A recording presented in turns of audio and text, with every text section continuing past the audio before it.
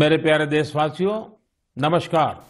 आज నా मन ప్రియమైన की దేశ बात के एक ప్రజలారా और एपिसोड के నమస్కారం. जरिए ఇవాళ మరోసారి మన్ కీ బాత్ కార్యక్రమం ద్వారా మనం మరోసారి మళ్ళీ కలుస్తున్నాం. 2022వ సంవత్సరంలోని మొదటి మన్ కీ బాత్ ఇది. మన దేశం, మన దేశ ప్రజల సానుకూల ప్రేరణలతో, సామూహిక ప్రయత్నాలతో ముడిపడి ఉన్న చర్చలను మనం కొనసాగిద్దాము. ఇవాళ పూజ్యులైన మన బాపు మహాత్మా గాంధీ వర్ధంతి. జనవరి 30వ తేదీ మనం బాపు బోధనలను స్మరించుకునే రోజు. కొద్ది రోజుల మునుపే మనం మన గణతంత్ర దినోత్సవాన్ని జరుపుకున్నాం. ఢిల్లీలోని రాజ్పథ్ మార్గంలో జరిగిన ధైర్య సాహసాల నమూనాలు, మనం చూసిన ఆ ప్రదర్శన మనల్ని గర్వంతో, ఉత్సాహంతో నింపేశాయి.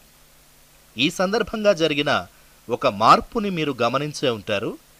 ఇప్పటి నుండి ఈ గణతంత్ర దినోత్సవ ఉత్సవాలు జనవరి 23 నుండి, అంటే నేతాజీ సుభాష్ చంద్రబోస్ జయంతి నుండి మొదలై జనవరి 30 వరకు, అంటే గాంధీ గారి వర్ధంతి వరకు జరుగుతాయి. ఇండియా గేట్ వద్ద నేతాజీ డిజిటల్ ప్రతిమ కూడా స్థాపించబడింది. ఈ విషయాన్ని యావత్ దేశం ఆనందంతో స్వాగతించింది. ఎంతో ఆనందంతో ప్రతి భారతీయుడు తన భావనలను ప్రకటించిన తీరుని మనం ఎప్పటికీ మరచిపోలేము. మిత్రులారా, ఈ స్వాతంత్ర్య అమృత మహోత్సవాలలో దేశం ఇటువంటి ప్రయత్నాల ద్వారా తన జాతీయ చిహ్నాలను పునఃప్రతిష్ఠించుకుంటోంది. ఇండియా గేట్ వద్ద అమర్ జవాన్ జ్యోతిని, అక్కడి దగ్గరలోనే ఉన్న నేషనల్ వార్ మెమోరియల్ని ఒకటి చేయడం మనం చూశాము. ఇటువంటి భావనాత్మక సందర్భంలో ఎందరో దేశ ప్రజలు, అమరవీరుల కుటుంబాల కళ్లల్లో మనం కన్నీళ్లను చూశాము. నేషనల్ వార్ మెమోరియల్లో స్వాతంత్రం వచ్చిన తరువాత అమరులైన వీరుల పేర్లన్నీ ఇక్కడ లిఖించారు.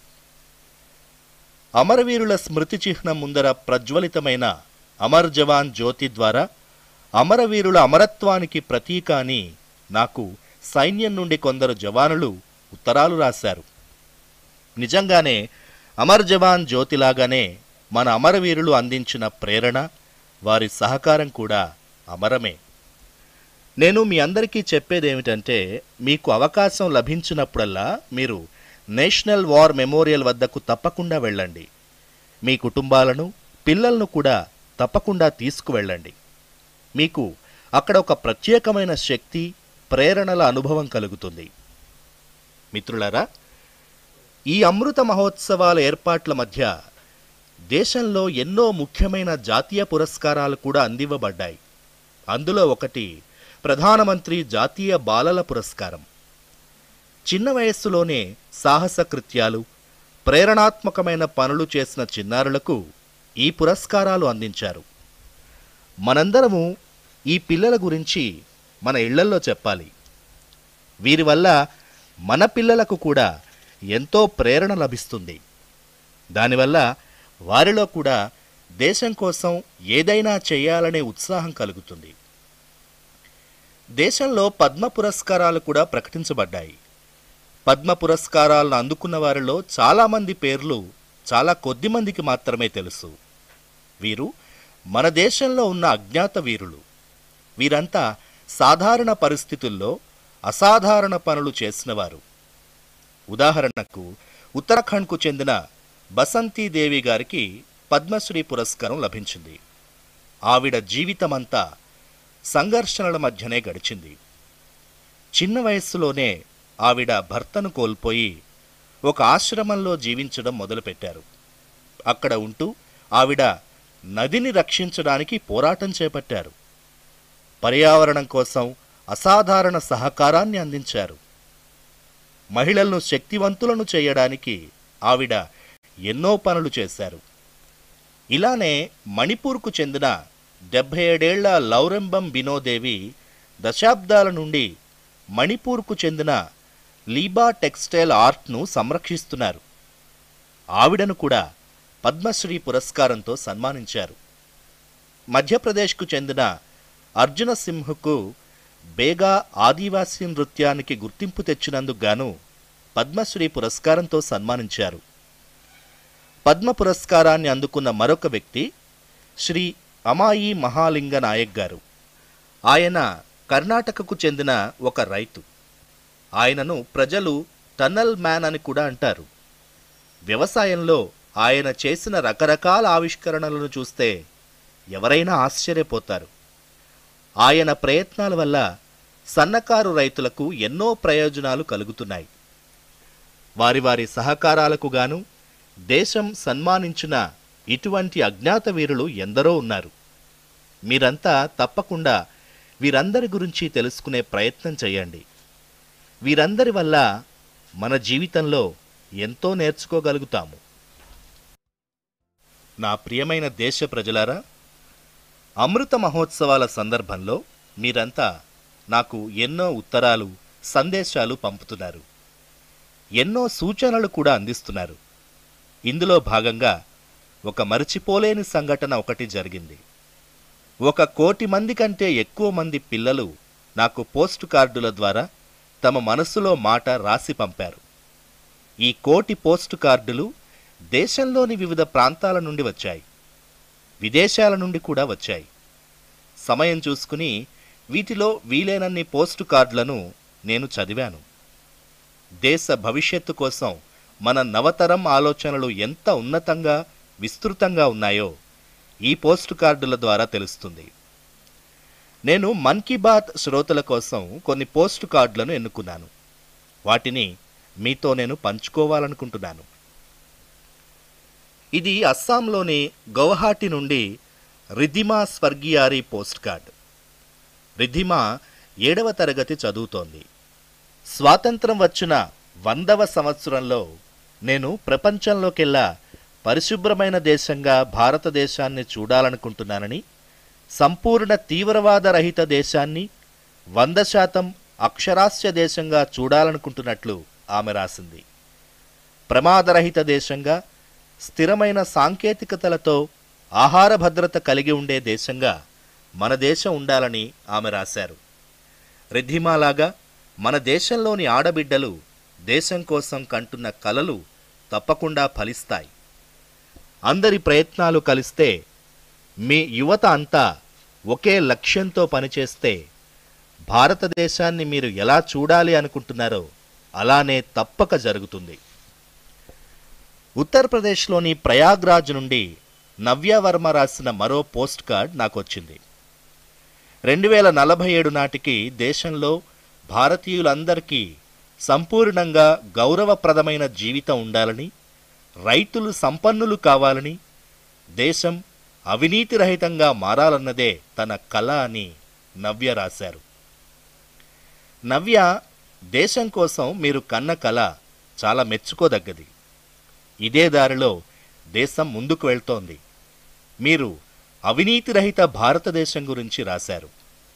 అవినీతి చెదపురుగులాగా దేశాన్ని డొల్లగా మార్చేస్తుంది. దేశాన్ని అవినీతి రహితంగా మార్చడానికి 2047 వరకు ఎందుకు ఎదురు చూడాలి? ఈ పనిని మన దేశ ప్రజలందరూ, యువత అంతా కలిసిమెలిసి చేయాల్సింది. త్వరగా చెయ్యాలి. దీనికోసం మనం చేయాల్సిన అత్యంత ముఖ్యమైన పని ఏమిటంటే మన కర్తవ్యాలను మనం సరిగ్గా నిర్వర్తించడం. దీనివల్ల మన కర్తవ్యాలను ఎలా నిర్వర్తించాలో, వాటికి ప్రాధాన్యతను ఎలా ఇవ్వాలో మనకు తెలుస్తుంది. దీనివల్ల అవినీతి అనేది తొంగి చూడలేదు. చెన్నై నుండి మహమ్మద్ ఇబ్రహీం రాసిన ఒక పోస్ట్ కార్డ్ నా వద్ద ఉంది. 2047 నాటికల్లా రక్షణ రంగంలో భారతదేశం మరింత బలంగా మారాలని ఇబ్రహీం కల. చంద్రమండలంపై భారతదేశం మరింత పరిశోధన చేయాలని, అంగారకుడిపై భారతదేశ ప్రజలు స్థిరపడే ప్రయత్నాలు చేయాలని, భూమిపై కాలుష్యాన్ని నివారించడంలో భారతదేశం పెద్ద పాత్రను పోషించాలన్నది ఇబ్రహీం కల. ఇబ్రహీం, మీ వంటి యువత ఉన్న దేశంలో ఏదీ కూడా అసంభవం కాదు. నా వద్ద మరొక ఉత్తరం ఉంది. మధ్యప్రదేశ్లోని రాయ్సేన్లో సరస్వతి విద్యామందిర్లో 10వ తరగతి విద్యార్థి భావన రాసిన ఉత్తరం ఇది. ముందుగా తన ఉత్తరాన్ని త్రివర్ణాలతో అలంకరించడం నాకు బాగా నచ్చింది. భావన విప్లవకారుడు శిరీష్ కుమార్ గురించి వ్రాశారు. మిత్రులారా, నాకు గోవా నుండి లారెన్సియో పరేరా పోస్ట్ కార్డ్ కూడా వచ్చింది. ఇతను 12వ తరగతి విద్యార్థి. ఇతని ఉత్తరంలోని ముఖ్యాంశం అజ్ఞాత స్వాతంత్ర వీరులు. ఉత్తరంలోని హిందీ భావానికి సారాంశాన్ని నేను ఇక్కడ చెప్తున్నాను. భీకాజీ కామా అనే ఆవిడ భారతీయ స్వాతంత్ర్య పోరాటంలో పాల్గొన్న అత్యంత వీర వనితల్లో ఒకరు అని వీరు రాశారు. ఆడబిడ్డలను శక్తివంతులుగా తయారు చేయడానికి ఆవిడ దేశ విదేశాల్లో ఎన్నో ఉద్యమాలు నడిపారు. అనేక ప్రదర్శనలు ఏర్పాటు చేశారు. భీకాజీ నిశ్చింతగా స్వాతంత్ర పోరాటంలో పాల్గొన్న అత్యంత వీర వనితల్లో ఒకరు. 1907లో ఆవిడ జర్మనీలో మన త్రివర్ణ పతాకాన్ని ఎగురవేశారు. దీనిని డిజైన్ చేయడానికి ఆవిడకు సహకరించిన వారు శ్రీ శ్యామ్జీ కృష్ణ వర్మ. ఆయన 1930లో జనీవాలో మరణించారు. వారి అస్థికలను భారతదేశం తీసుకువెళ్లాలన్నదే ఆయన చివరి కోరిక. 1947లో స్వాతంత్రం వచ్చిన వెంటనే ఆయన అస్థికలను భారతదేశం తేవాల్సింది. కానీ ఈ పని అప్పుడు జరగలేదు. బహుశా ఆ పని నా చేతుల మీదుగా జరగాల్సి ఉందన్నది భగవతేచ్ఛ అయ్యుండొచ్చు. అందుకనేమో ఆ అవకాశం నాకే లభించింది. 2003లో నేను గుజరాత్ ముఖ్యమంత్రిగా ఉన్నప్పుడు ఆయన అస్థికలను భారతదేశానికి తెప్పించాము. శ్యామ్జీ కృష్ణవర్మ స్మృత్యర్థం ఆయన జన్మస్థలమైన కచ్లోని మాండవీలో ఒక స్మారక చిహ్నాన్ని కూడా నిర్మించాము. మిత్రులారా, భారతదేశ స్వాతంత్ర అమృత మహోత్సవాల సందర్భంగా కేవలం మన దేశంలోనే కాదు, భారతదేశ మిత్రదేశమైన క్రొయేషియా నుండి కూడా 75 పోస్ట్ కార్డులు వచ్చాయి. క్రొయేషియాలోని జాగ్రెబ్లో school of applied arts and design నుండి విద్యార్థులు భారతదేశ ప్రజల కోసం ఈ 75 పోస్ట్ కార్డులు పంపించారు. స్వాతంత్ర్య అమృత మహోత్సవాల సందర్భంగా మనకు శుభాకాంక్షలు తెలిపారు. నేను దేశ ప్రజలందరి తరపున క్రొయేషియాకు, అక్కడి ప్రజలకు ధన్యవాదాలు తెలుపుతున్నాను. నా ప్రియమైన దేశవాసులారా, భారతదేశం విద్యను, జ్ఞానాన్ని అందించిన తపోభూమి. మనం విద్యను కేవలం పుస్తక జ్ఞానం వరకే పరిమితం చేయకుండా దీనిని ఒక సమగ్ర జీవన అనుభవంలాగా చూశాము. మన దేశంలోని ఎందరో మహానుభావులకు కూడా విద్యతో గాఢమైన అనుబంధం ఉంది. పండిత్ మదన్ మోహన్ మాలవ్య గారు బెనారస్ హిందూ విశ్వవిద్యాలయాన్ని స్థాపించారు. మహాత్మా గాంధీ గారు గుజరాత్ విద్యాపీఠ్ నిర్మాణంలో ప్రముఖ పాత్ర వహించారు. గుజరాత్లోని ఆనంద్లో వల్లభ్ విద్యానగర్ అనే ఒక అందమైన ప్రాంతం ఉంది.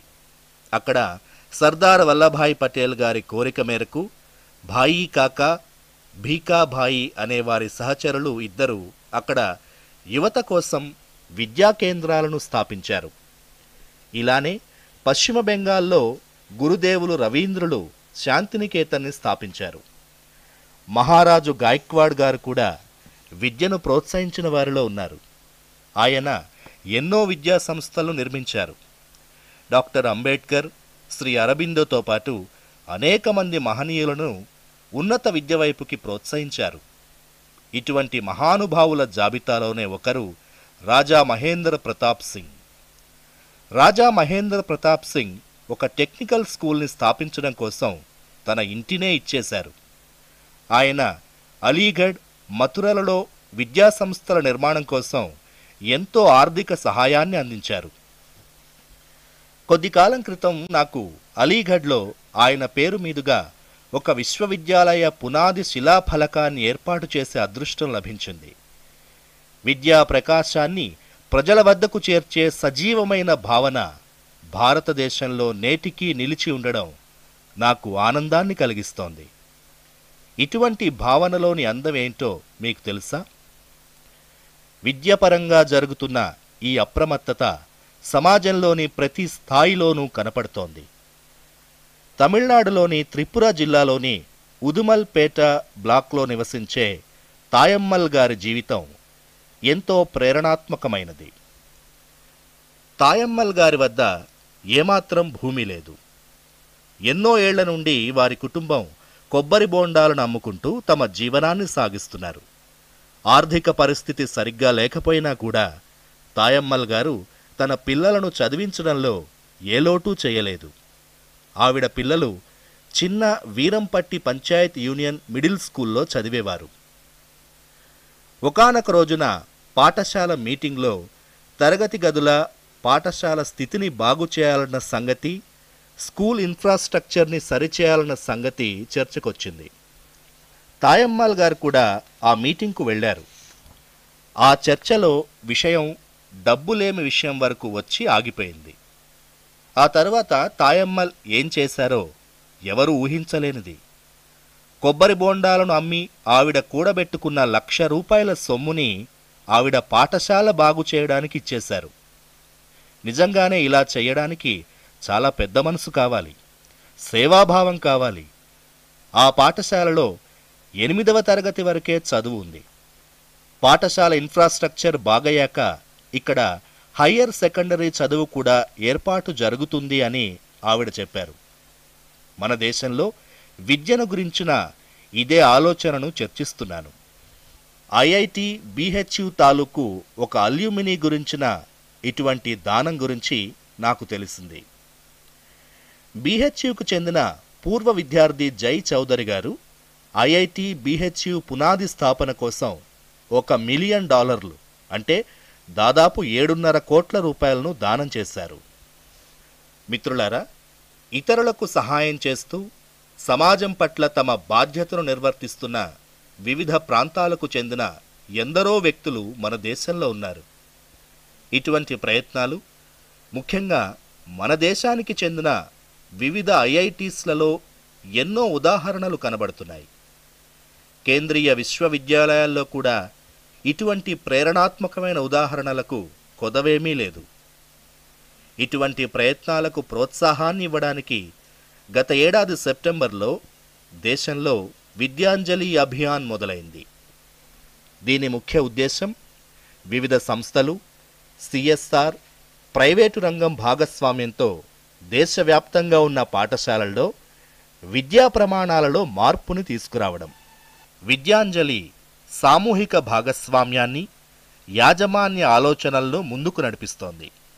మన పాఠశాల, మన కళాశాలలతో ఎప్పుడూ ముడిపడి ఉండడం, మన తాహతకు అనుగుణంగా ఏదో ఒక సహాయాన్ని అందించడం ఒక ఆనందకరమైన, సంతోషకరమైన విషయం. ఇది అనుభవం ద్వారానే అర్థమయ్యే సంగతి. నా ప్రియమైన దేశ ప్రజలారా, ప్రకృతిని ప్రేమించడం, ప్రతి జీవి పట్ల కరుణ కలిగి ఉండడం అనేది మన సంస్కృతిలో భాగం, మన సహజమైన స్వభావము కూడా. మధ్యప్రదేశ్లోని పెంచ్ టైగర్ రిజర్వ్లో ఒక ఆడపులి మరణించినప్పుడు ఇటువంటి సంస్కారం తాలూకు పరిచయం మనకు కలిగింది. ఈ ఆడపులిని ప్రజలు కాలర్ ఉన్న పులి అని పిలిచేవారు. అటవీ శాఖ ఈ పులికిచ్చిన పేరు T15. ఈ పులి మృతి ప్రజలను ఎంతగా కదిలించి వేసిందంటే వారు తమ సొంత మనిషిని పోగొట్టుకున్నంతగా బాధపడ్డారు. ప్రజలు శాస్త్రోక్తంగా దానికి అంతిమ సంస్కారాలను చేశారు. పూర్తి గౌరవంతో, ప్రేమతో ఆ పులికి వీడ్కోలు చెప్పారు. మీరు కూడా ఆ చిత్రాలను సామాజిక మాధ్యమాల్లో చూసే ఉంటారు. ప్రకృతి పట్ల, జీవుల పట్ల మన భారతీయులకున్న ప్రేమను యావత్ ప్రపంచం మెచ్చుకుంది. కాలర్ పులి తన జీవితకాలంలో 29 పులి పిల్లలకు జన్మనిచ్చింది. 25 పులి పిల్లలకు పాలిచ్చి పెంచింది కూడా. మనం T15 జీవితాన్ని కూడా కొనియాడాము. ఆ పులి మరణించినప్పుడు భావగర్భితమైన వీడ్కోల్ని కూడా తెలిపాము. ఇదే భారతీయుల గొప్పతనం. మనం ప్రతి చేతనాత్మక జీవితోనూ ప్రేమ బంధాలను ఏర్పరచుకుంటాము. ఇటువంటి మరొక దృశ్యం ఈసారి గణతంత్ర దినోత్సవ వేడుకల్లో మనం చూశాము. ఈ పెరేడ్లో రాష్ట్రపతి అంగరక్షకుల దళంలోని చార్జర్ గుర్రం విరాట్ తన ఆఖరి పరేడ్లో పాల్గొంది. విరాట్ అనే గుర్రం 2003లో రాష్ట్రపతి భవనానికి వచ్చింది. ప్రతి గణతంత్ర దినోత్సవ వేడుకల్లో కమాండెంట్ చార్జర్ హోదాలో పరేడ్కు నేతృత్వాన్ని వహించేది. ఎవరైనా విదేశీ దేశాధిపతికి రాష్ట్రపతి భవనంలో స్వాగతం పలికినప్పుడు కూడా విరాట్ తన పాత్రను పోషించేది. ఈ ఏడాది ఆర్మీ డే నాడు కూడా విరాట్ గుర్రానికి సైన్యాధ్యక్షుడి ద్వారా COAS కమాండేషన్ కార్డ్ కూడా ఇవ్వబడింది. విరాట్ అందించిన ఎన్నో సేవలకు గాను విరాట్ పదవి విరమణ సమయంలో అంతే గొప్పగా విరాట్కు వీడ్కోలు పలికారు.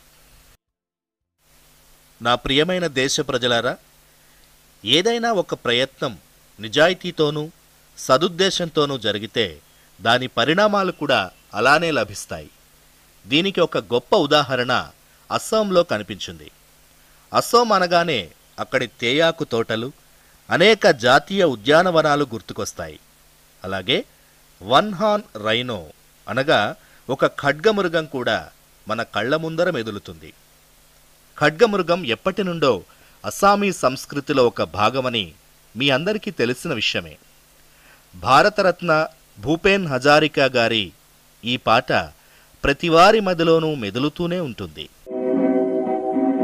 কাজিৰঙাৰ চিৰ সেউজ পৰিৱেশ হস্তি ব্যাঘ্ৰৰে পাত এক খড়গড় গড় পৃথিৱীয়ে চাই পক্ষীৰ সুৱদীয়া প্ৰকাশ মোৰ কাজিৰঙা নহয় যে বন্য.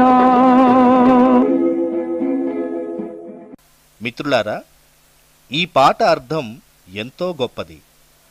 ఆకుపచ్చని కాజీరంగా రూపం, ఏనుగుల పులుల ఆవాసం, ఖడ్గమృగాన్ని ప్రపంచం చూడాలి, పక్షుల మధుర కిలకిలలు వినాలి.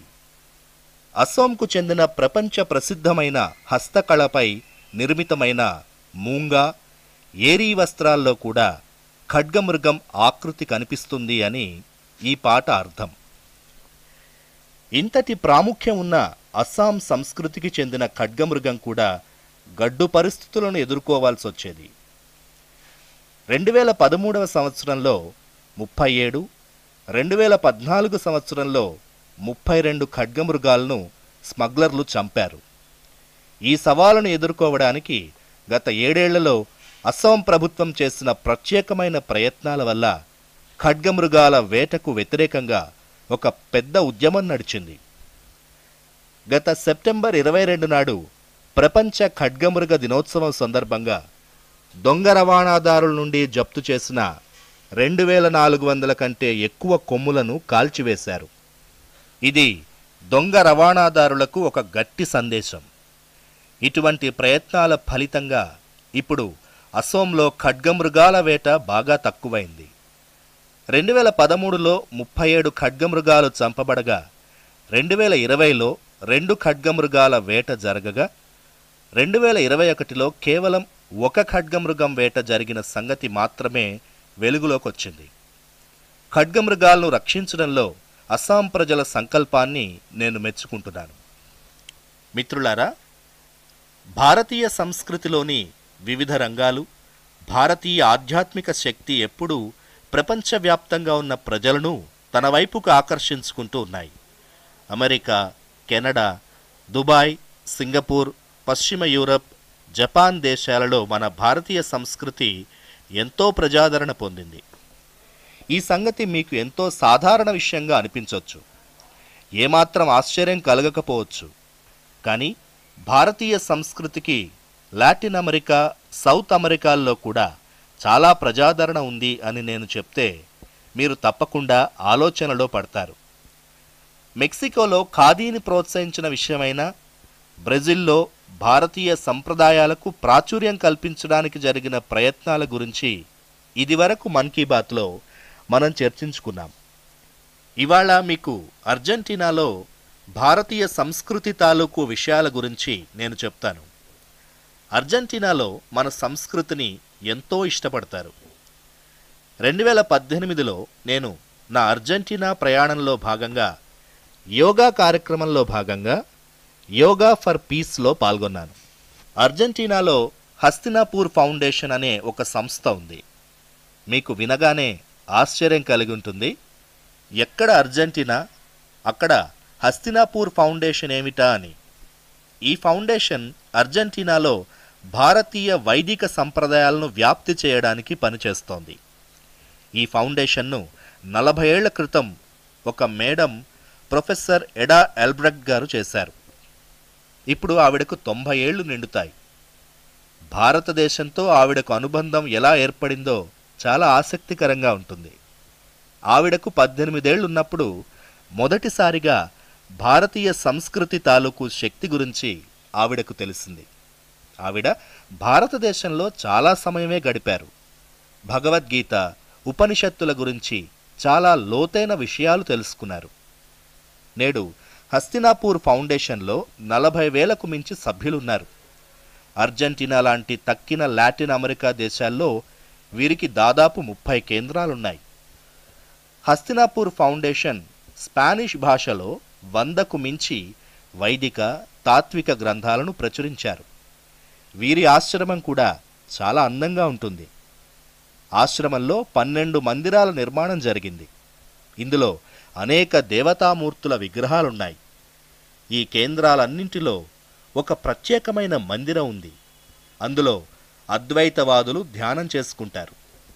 మిత్రులారా, మన సంస్కృతి మనకే కాక యావత్ ప్రపంచానికి ఒక అపురూపమైన సంపద అని ఇటువంటివే 100ల కొలది ఉదాహరణలు తెలుపుతాయి.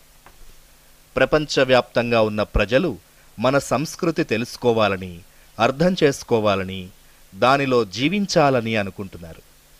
మనం కూడా పూర్తి బాధ్యతతో మన సాంస్కృతిక వారసత్వాన్ని మన జీవితాలలో భాగం చేసుకుంటూ అందరి వద్దకు తీసుకెళ్లడానికి ప్రయత్నాలు చెయ్యాలి.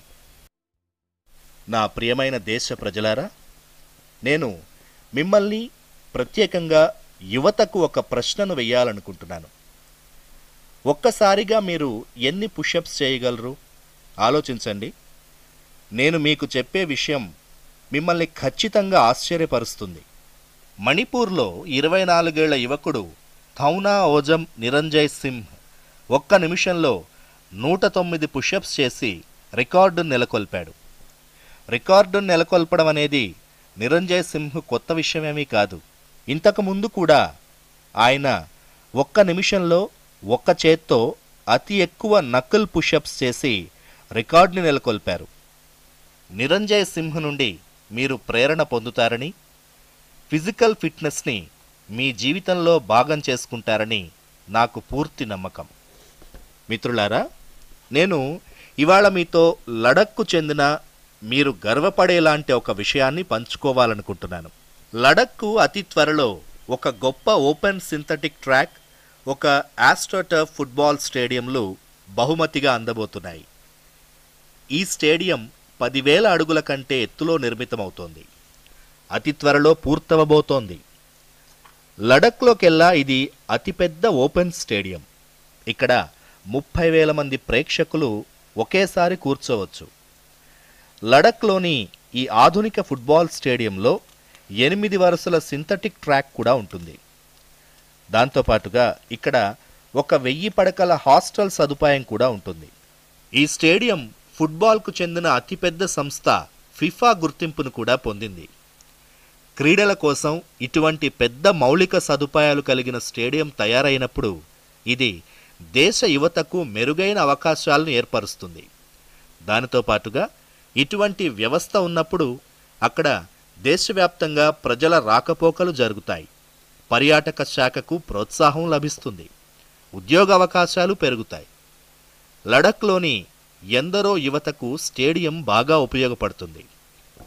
నా ప్రియమైన దేశ ప్రజలారా, మన్ కీ బాత్లో ఈసారి కూడా మనం అనేక విషయాల గురించి చర్చించుకున్నాము. అందరి మనసుల్లోనూ ఉన్న మరో విషయం కరోనా. కొత్త కరోనా వేవ్పై భారతదేశం విజయవంతంగా పోరాడుతోంది. ఇప్పటిదాకా దాదాపు 4.5 కోట్ల మంది పిల్లలు కరోనా టీకాలను వేయించుకోవడం కూడా మనం గర్వించదగ్గ విషయం. అంటే 15 నుండి 18 ఏళ్ల మధ్య వయస్సులో ఉన్న దాదాపు 60% యువత 3 నుండి 4 వారాల్లోనే టీకాలు వేయించుకున్నారు. దీనివల్ల మన యువత సురక్షితమవడమే కాక వారి చదువుకు కూడా ఎటువంటి అంతరాయము కలగదు.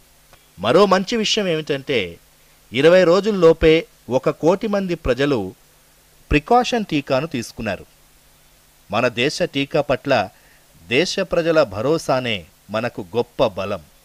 ఇప్పుడు కరోనా సంక్రమణ కేసులు కూడా తగ్గుముఖం పట్టాయి. ఇది చాలా సానుకూలమైన సంకేతం. ప్రజలు సురక్షితంగా ఉండి దేశంలో ఆర్థిక లావాదేవీలు వేగం తగ్గకుండా ఉండాలి. ఇదే ప్రతి భారతీయుడి కోరిక.